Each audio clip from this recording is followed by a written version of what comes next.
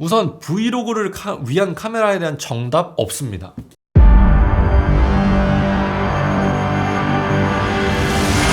제일 멍청한 게 그건 것 같아요. 어떤 유튜버가 뭐 이게 어떻다고 했으니까 나 이거 안 사야지? 아닙니다. 네, 여러분 안녕하십니까. 리뷰계의 요정 리퍼입니다. 요새 많은 분들이 저에게 나 브이로그를 찍고 싶은데 이 브이로그를 위한 카메라는 뭐가 필요할까? 나는 근데 요즘에 소니가 대세라는데 이 소니 중에서 뭘 사야 될지 모르겠어. 너무 비싸. 뭘 어떻게 골라야 될까? 이런 질문들을 참 많이 받습니다. 소니 카메라 중에서 브이로그에 적합한 카메라를 알려드리도록 하겠습니다. 시작하도록 하죠.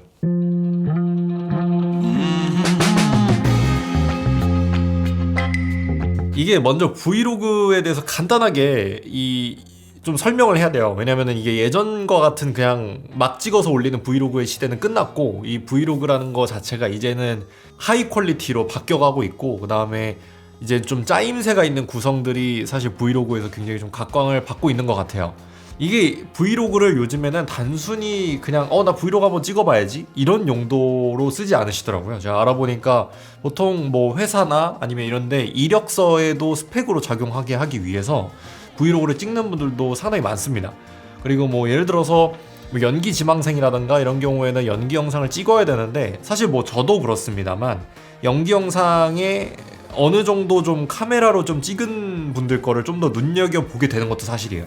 이 브이로그라는 것 자체가 이제는 단순히 예전처럼 막 하나의 취미 이런 걸 넘어서서 이제는 어떤 나의 삶을 개척해 나가는 또 다른 방향성 중에 하나로 자리 잡고 있는 것 같습니다. 그러다 보니까 예전에는 그냥 핸드폰으로 좀 아이폰이나 이런 거 사가지고 이렇게 찍으면서 다녔는데, 사실 이제는 이런 걸로는 쉽지 않아요. 오히려 역효과를 낼 수 있습니다. 그렇다 그래서 너무 좋은 카메라를 사서 너무 힘을 주면 또 좀 그렇고, 그렇다 그래서 너무 힘을 뺀 것도 아니, 정말 그 약간 옷으로 표현하자면 그 꾸안꾸 같은 그런 느낌으로다가 이렇게 접근을 해야 된단 말이에요. 그래서 그 카메라들이 무엇인지 같이 한번 알아볼 겁니다.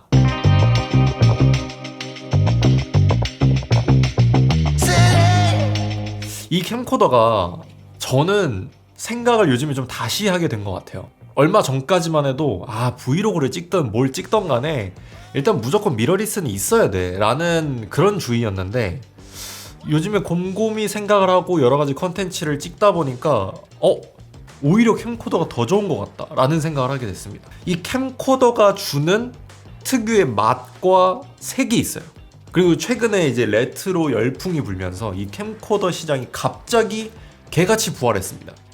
이 캠코더를 찾는 사람들의 수요가 점점 많아지고, 그러다 보니까 이 괘씸한 놈을 다시 가격을 올려서 받더라고요. 소니의 FDR-AXP55라는 제품입니다. 잘 모르시는 분들을 위해서 제가 간략하게 자랑 하나 하자면은, 이게 옛날에 트와이스 뮤직비디오에도 나왔고 뉴진스 컨텐츠에도 자주 등장하는 캠코더고요. 그 외에도 여러 가지 연예인분들의 뮤직비디오 또는 영화 이런 데서 소품 또는 그 레트로적인 감성, 뭐 웹 예능, 그냥 얘가 다 해요. 다 해요? 다 해요. 얘 형급이 하나 있는데 걔는 거의 200만 원이라서 그거는 그냥 사지 마세요. 그거는 좀 몸에 해롭고, 이제 얘랑 얘 바로 밑에 있는 애 요렇게 두 가지를 추천드리는데, 지금 2016년에 발매됐을 때 제가 샀단 말이에요. 지금 우리가 여러분들이 자주 보시는 런닝맨, 그 다음에 뭐 뿐만 아니라 뭐 나영석 PD님이 하시는 여러 가지의 컨텐츠들, 얘가 등장합니다. 얘는 그냥 지금까지도 현역 중에 현역들이 쓰는 현역 카메라다. 저는 이것만큼 브이로그에 적합한 건 더 이상 없는 것 같아요. 가격이 135만 원이고 캠코더인데 조리개가 f2.0까지 열립니다. 굉장히 밝은 거예요. 왜냐면은 보통 좀 안타까운 캠코더들은 이 F4에서 멈춰 있어요. 어두운 데서 찍으면은 굉장히 좀 진짜 좀 쉽지 않은데, 어두운 곳에서 찍기 위해서는 일단 지금 저를 찍는 이런 하이엔드 카메라들처럼 센서가 크고 또 조리개까지도 넓어야 돼요. 그래야 지금처럼 저를 어두운 환경에서도 밝게 촬영을 할 수가 있습니다. 근데 얘는 센서가 829만 화소짜리예요. 그리고 굉장히 작은 화소를 가지고 있습니다. 굉장히 작은 센서 사이즈를 가지고 있어요. 당연히 조리개 값도 넓어야 되지만 그와 동시에 어두운 영역에서 어떻게 이미지를 처리해낼 것이냐, 이것도 굉장히 중요하거든요. 지금 영상을 보고 계시겠지만 제가 여태까지 써본 캠코더들 중에서 그냥 얘가 그냥 제일 기본값인 것 같아요. 얘를 기점으로 위아래가 나눠지는 것 같아. 마이크 수음도 너무 잘 되고, 그다음에 이 광학줌이 20배까지 돼. 20배까지. 여기서 이렇게까지. 아니 이게 그냥 이거 하나 있잖아? 콘서트 이걸로 되고, 그다음에 내가 여행을 가서 정말 저 멀리 있는 걸 찍어야 돼. 근데 내가 못 가. 그러면 그냥 이걸로. 근데 이게 진짜 더 제가 이걸 샀던 결정적인 이유는 뭐냐면 여기에 빔 프로젝트가 달려있어요. 이게 진짜 낭만 개 터지는 게, 여행 가서 찍은 사진 중에 찍은 영상 중에 내가 오늘 뭔가 좀 오늘 보다 자고 싶다 하는 것들을 여기다가 빔 프로젝터로 벽에다 쏴서 볼 수가 있어요. 근데 이 벽에다 쏴서 보는데 이 퀄리티가 너무 괜찮아. 단점은 발열이 있다는 거.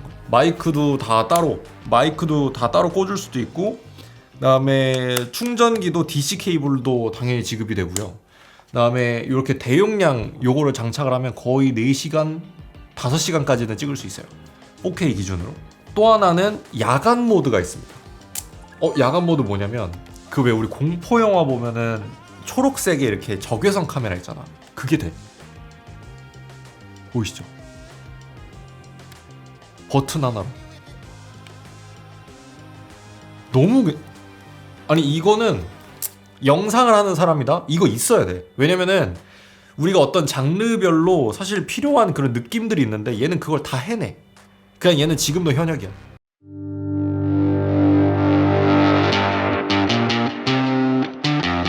이게 조금 잘못 비교하시는 분들은 미러리스가 더 좋다, 캠코더가 더 좋다, 뭔가가 이 우열 관계로 나누려고 하시는데 그렇게 얘기하면 안 됩니다. 왜냐면은 캠코더는 애초에 미러리스랑 궤를 달리하는 애예요. 캠코더는 애시당초에 영상을 길게 녹화하기 위해서 나온 애고, 미러리스는 영상용을 위해서 태어났다라고 얘기하기는 좀 힘든, 사진까지도 병행을 해야 되는 그런 친구이기 때문에 애시당초의 구조 자체가 다릅니다. 얘는 그냥 어떤 목적성에 따라서 다른 거다라고 보시면 되는데, 이 여행을 다닐 때 또는 새로운 경험을 바탕으로 컨텐츠를 만들어내야 될 때, 그럴 때는 미러리스가 좋습니다. 이게 사실 캠코더는 여행을 다닐 때 이게 그냥 그때그때 내가 어떤 상황들을 담기에는 굉장히 좋아요. 근데 미러리스보다 풍경을 담았을 때 예쁘게 나오진 않습니다. 너무 내가 예쁘다고 생각한 걸 찍었는데도 예쁘게 나오지 않는.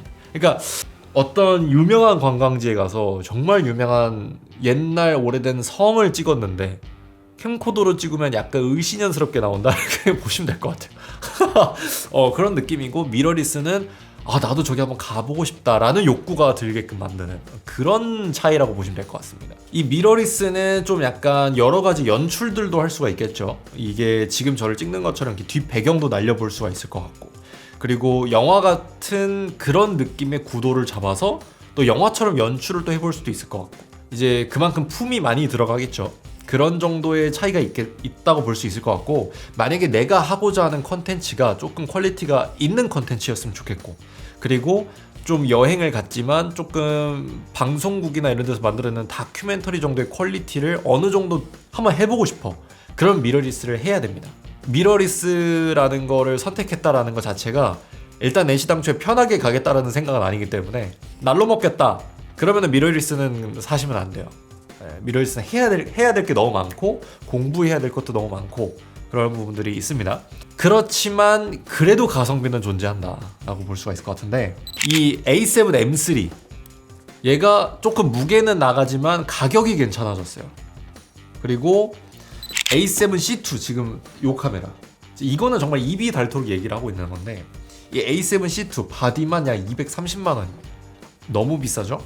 근데 이거 하나만 있으면 여행은 모든 여행 제 하나로 커버됩니다. A7C2는 내가 쓰면 쓸수록 느끼는 거는 얘는 10년은 고정이야.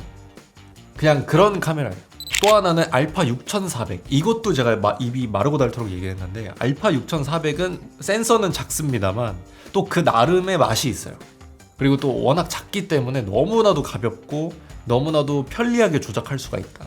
그럼에도 불구하고 이 상위 기종들의 그런 향기를 충분히 느낄 수 있기 때문에 저는 이걸로도 충분히 만족이 된다라고 생각하고, 알파 7 M3를 제외하고 A7C2와 알파 6400 이 두 개의 공통점은 내가 얼굴을 어떻게 찍히는지를 보면서 촬영을 할 수 있다. 즉 스위블 액정이 들어가 있다의 공통점이 있습니다. 아, 나 팔 아프니까 솔직히 이거 팔 아프니까 이렇게 들게 되거든. 이렇게 그냥 가깝게. 근데 이러면은 나중에 그 입만 나와요. 주댕이만 잔뜩 찍혀가지고 정말 쉽지 않을 수 있습니다. 얘는 그냥 가성비이기 때문에 그냥 산다고 치고 지금 제가 추천드린 요거 두 개는 정말 너무나도 좋다. 그래서 얼굴을 보면서 찍을 수 있기 때문에 좀 멀리 가야 되겠다. 요런 것들이 좀 가능해요. 정리를 해보자면 알파 7 C2는 바디 기준으로 230만원, 알파 6400은 바디 기준으로 78만원이에요. 100만원이 안 됩니다. 저처럼 이렇게 하드한 렌즈를 살 필요가 없어요. 번들 렌즈만 일단 구매하십시오. 알파 6400이나 이런 데 들어가는 지금 알파 7 C2나 이런 데 들어가는 번들 렌즈는 무조건 25만원에서 30만원 이하로 다 살 수 있어요.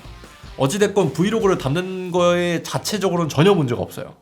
그래가지고 일단 번들 렌즈로 시작을 해보시다가 욕심이 생기면 조금 더 헤비한 걸로 넘어가 보고 그렇게 해주시면 좋을 것 같아요.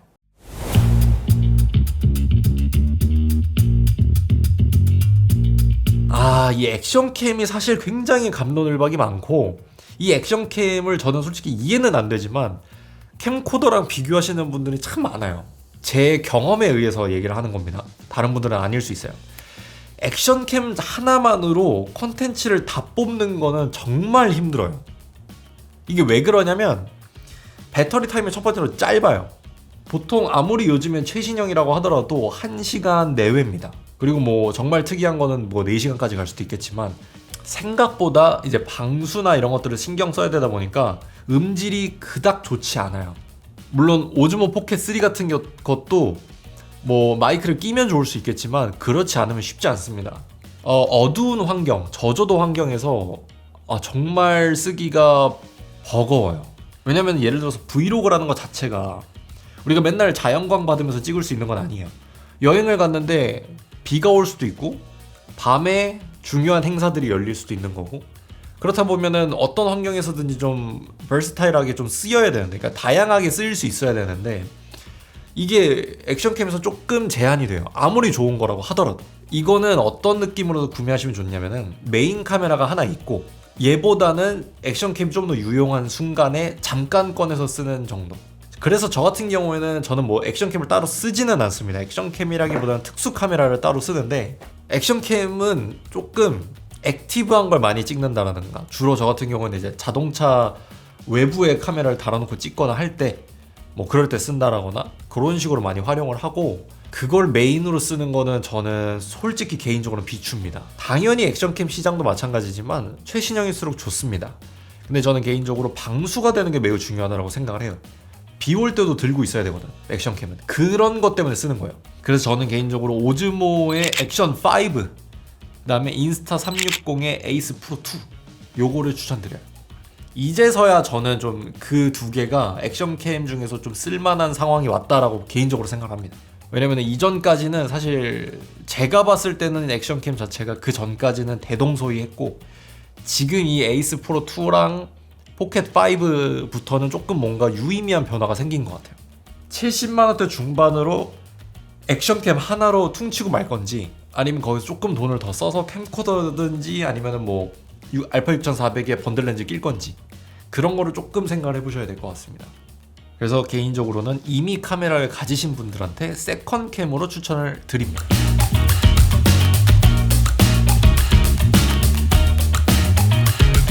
우선 브이로그를 위한 카메라에 대한 정답 없습니다. 여러분들이 어떤 컨텐츠를 찍을 건지에 따라서 다를 뿐이에요. 좀 그냥 좀 가벼운 소재를 가지고 좀 만들어 보고 싶어. 그러면 액션캠보다는 얘가 더 좋을 수도 있어요. 왜냐면 얘는 그런 맛을 정확하게 살려주거든. 이 예능에서 쓰는 거니까 그 예능에서만의 나오는 그 맛을 느낄 수 있어요. 나는 조금 멋을 좀 살리고 싶고 또 약간 미적인 컨텐츠를 만들어 보고 싶어. 그러면 얘죠. 액션캠으로는 죽었다 깨나도 만들 수가 없는 게 시네마틱입니다. 만들려면 만들 수 있겠지만 얘의 감동을 따라갈 수는 없어요.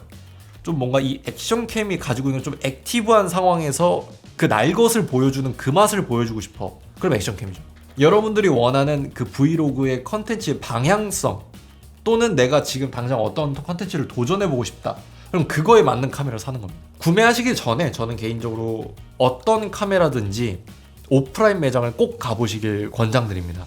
이게 백날 유튜브에서 내가 사고 싶은 캠코더로 찍은 영상을 본다고 해도, 내가 사고 싶은 카메라로 찍은 영상을 본다고 해도 아예 느낌이 달라요. 왜냐면 애시당초에 그거는 그냥 원본만 올린 게 아니라 편집이 들어간 거고, 직접 가셔서 그 날 것 그대로를 체험해 보시기를 추천드립니다. 제일 멍청한 게 그건 것 같아요. 어떤 유튜버가 뭐 이게 어떻다고 했으니까 나 이거 안 사야지? 아닙니다. 직접 가서 나한테 맞으면 사는 거예요. 오늘 영상 도움이 되셨다면 구독과 좋아요 부탁드리도록 하겠고요. 저는 다음 이 시간에 더욱더 좋은 컨텐츠로 여러분들을 찾아뵙도록 하겠습니다.